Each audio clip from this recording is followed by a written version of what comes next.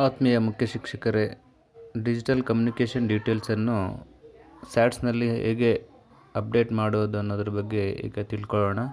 ಮೊದಲನೇದಾಗಿ Chrome ಬ್ರೌಸರನ್ನು open ಮಾಡಿ. Google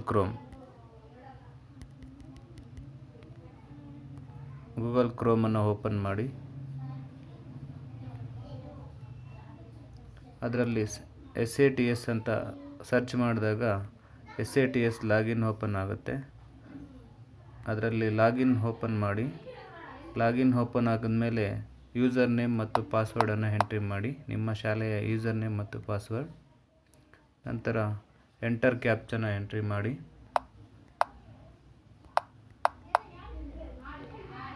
login ಕೊಟ್ಟಾಗ ಈ ಲಾಗಿನ್ ಡೀಟೇಲ್ನಲ್ಲಿ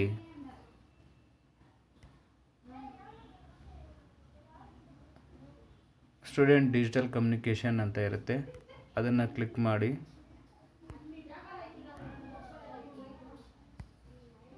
ಡಿಜಿಟಲ್ ಕಮ್ಯುನಿಕೇಷನ್ ಡೀಟೇಲ್ ಅಂತ ಇದನ್ನು ಕ್ಲಿಕ್ ಮಾಡಿದಾಗ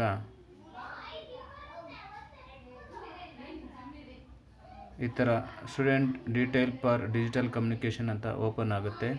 ಅದರಲ್ಲಿ ತರಗತಿಯನ್ನು ಆಯ್ಕೆ ಮಾಡಿದಾಗ 2ನೇ ತರಗತಿ ಅಂತ ಆಯ್ಕೆ ಮಾಡಿ ಸರ್ಚ್ ಅಂತ ಕೊಟ್ಟಾಗ ಮಕ್ಕಳ ಡೀಟೇಲ್ಸ್ ಎಲ್ಲ ಬರುತ್ತೆ.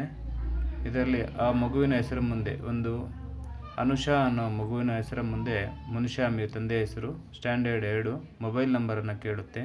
ಇಲ್ಲಿ ಮೊಬೈಲ್ ನಂಬರನ್ನು ಎಂಟ್ರಿ ಮಾಡಿ. ನಂತರ ಇಲ್ಲಿ ಹ್ಯಾವಿಂಗ್ ಡಿವೈಸ್ ಅಂತ ಕೇಳುತ್ತೆ. ಅದರಲ್ಲಿ ಸ್ಮಾರ್ಟ್ಫೋನ, ಟ್ಯಾಬ್ಲೆಟಾ ಅಥವಾ ನನ್ ಅಂತಿರುತ್ತೆ. ಸ್ಮಾರ್ಟ್ಫೋನ್ ಇದ್ದರೆ ಸ್ಮಾರ್ಟ್ಫೋನ್ ಅಂತ ಕ್ಲಿಕ್ ಮಾಡಿ.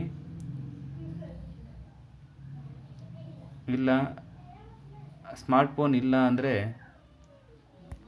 ನನ್ ಅಂತ ಕ್ಲಿಕ್ ಮಾಡಬೇಕಾಗತ್ತೆ. ನಾನೀಗ ಸ್ಮಾರ್ಟ್ಫೋನನ್ನು ಕ್ಲಿಕ್ ಮಾಡ್ತಾ ಇದ್ದೀನಿ. ನಾನೀಗ ಸ್ಮಾರ್ಟ್ಫೋನ್ ಅಂತ ಕ್ಲಿಕ್ ಮಾಡಿದೆ. ನಂತರ TV ರೇಡಿಯೋ ಇದೆಯಲ್ಲ ಅಂತ ಕೇಳುತ್ತೆ. TV ಇದ್ದರೆ TV ಆಪ್ಷನನ್ನು ಕ್ಲಿಕ್ ಮಾಡಿ. ಇಲ್ಲ ಅಂದರೆ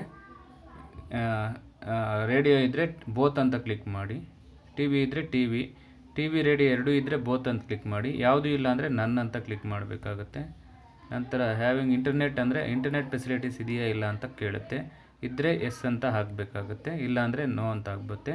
ಇಲ್ಲಿ ಇಮೇಲ್ ID ಆಪ್ಷನಲ್ ಇದೆ, ಇದ್ದರೆ ಹಾಕಿ, ಇಲ್ಲ ಅಂದರೆ ಪರವಾಗಿಲ್ಲ. ಈ ಥರ ಎಲ್ಲ ಮಕ್ಕಳ ಡೀಟೇಲ್ಸನ್ನು ಎಂಟ್ರಿ ಮಾಡಿದ್ಮೇಲೆ ಸಬ್ಮಿಟ್ ಅಂತ ಕೊಟ್ಟಾಗ ಓಕೆ ಕೇಳುತ್ತೆ. ಸಬ್ಮಿಟ್ ಅಂತ ಕೊಟ್ಟರೆ ಸಬ್ಮಿಟ್ ಸಕ್ಸಸ್ಫುಲಿ ಅಂತ ಬರುತ್ತೆ. ಈ ರೀತಿ ಪ್ರತಿಯೊಂದು ತರಗತಿವಾರು ಮಕ್ಕಳ ವಿವರಗಳನ್ನು ಎಂಟ್ರಿ ಮಾಡಬೇಕಾಗುತ್ತೆ. ದಯವಿಟ್ಟು ಎಲ್ಲರೂ ಎಂಟ್ರಿ ಮಾಡಬೇಕಾಗಿ ಕೋರುತ್ತೇನೆ.